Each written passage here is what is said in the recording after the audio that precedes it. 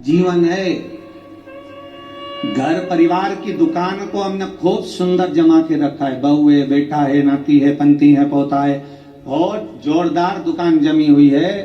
अब दुकान जम तो गई, माल भी खूब खप गया, माल भी खूब बिका। तुम जो कमा कर लाए, बेटे ने लिया, बहुओं ने लिया, पत्नी ने लिया, रिश्तेदारों ने लिया, नातेदारों ने लिया, कुटुंबियों ने लिया, सबने लिया।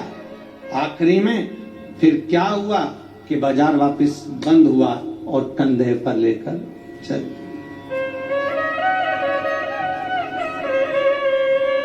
फिर निवेदन करूंगा, तुम दुकान पर बैठकर व्यापार में, व्यवसाय में, नौकरी में, तुम दुकान में जितना बैठकर कमा रहे हो उसका भोग तुम्हारी पत्नी, तुम्हारे बच्चे, बहुएं, पोता पोती, रिश्तेदार, कुटुंबी सब भोगेंगे। पर तुमने जिस तरह से कमाया है उसका भोग तुम्हें अकेले ही भोगना पड़ेगा, कोई दूसरा नहीं भोगेगा।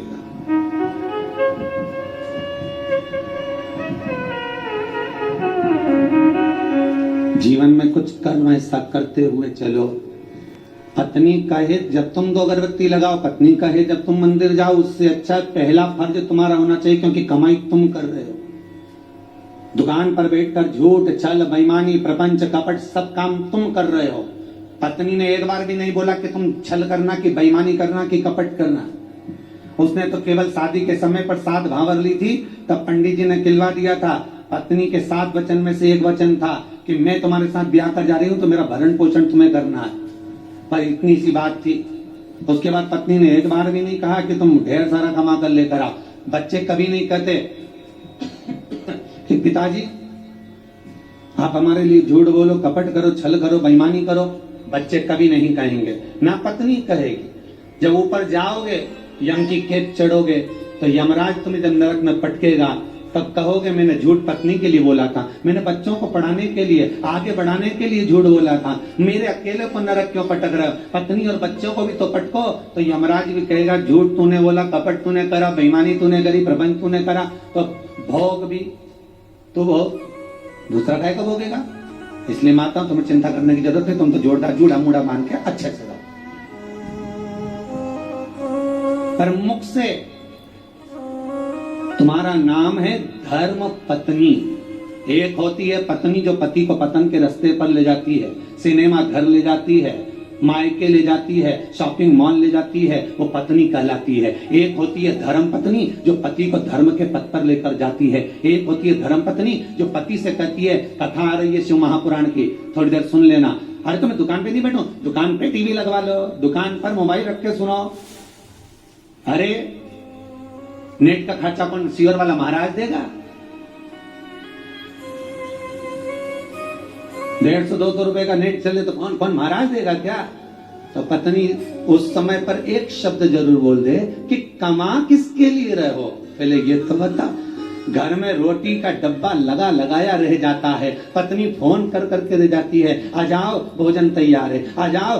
ग्राहक ऐसे टूट पड़ रहे कि 1 मिनट तो खाना खाने की फुर्सत नहीं। और बच्चा टिफिन लेके आ गया तो टिफिन 2 घंटे तक रखा दिया, ठंडा हो गया, सारा की सारा बेकार हो गया। और तुम वो ठंडा भोजन गाय की सांदी जैसा बस खा रहे, ऊपर से दुकानदार फिर ग्राहक बोल रहे सेठ जी मुंह में रोटी, फिर निकाला। तो किसके लिए कमाया भाई?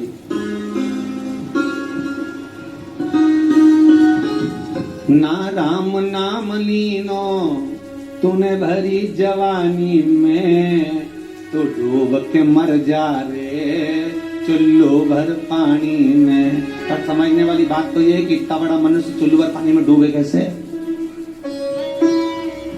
इतना बड़ा मानव चुल्लू भर पानी में डूब के मरेगा तो मरेगा कैसे? ये सोचने वाली बात है। तो उसमें भी शास्त्र में वर्णन किया, जो मनुष्य भगवान का भजन नहीं करता, जो मनुष्य भगवत स्मरण नहीं करता, जो मनुष्य भगवत कीर्तन नहीं करता, जो मनुष्य कभी स्मरण नहीं करता, वो कीड़े की तरह जन्म लेता है और कीड़ा चुल्लू भर पानी में डूबकर मर सकता। धर्म पत्नी का फर्ज है पति अगर कमा कर तुम्हें ला कर देता है तो तुम्हें चाहिए कि पति से कहो चलो दान करिए, चलो पुण्य करिए, चलो कथा सुनिए, संकीर्तन करिए। ये धर्म पत्नी का फर्ज है।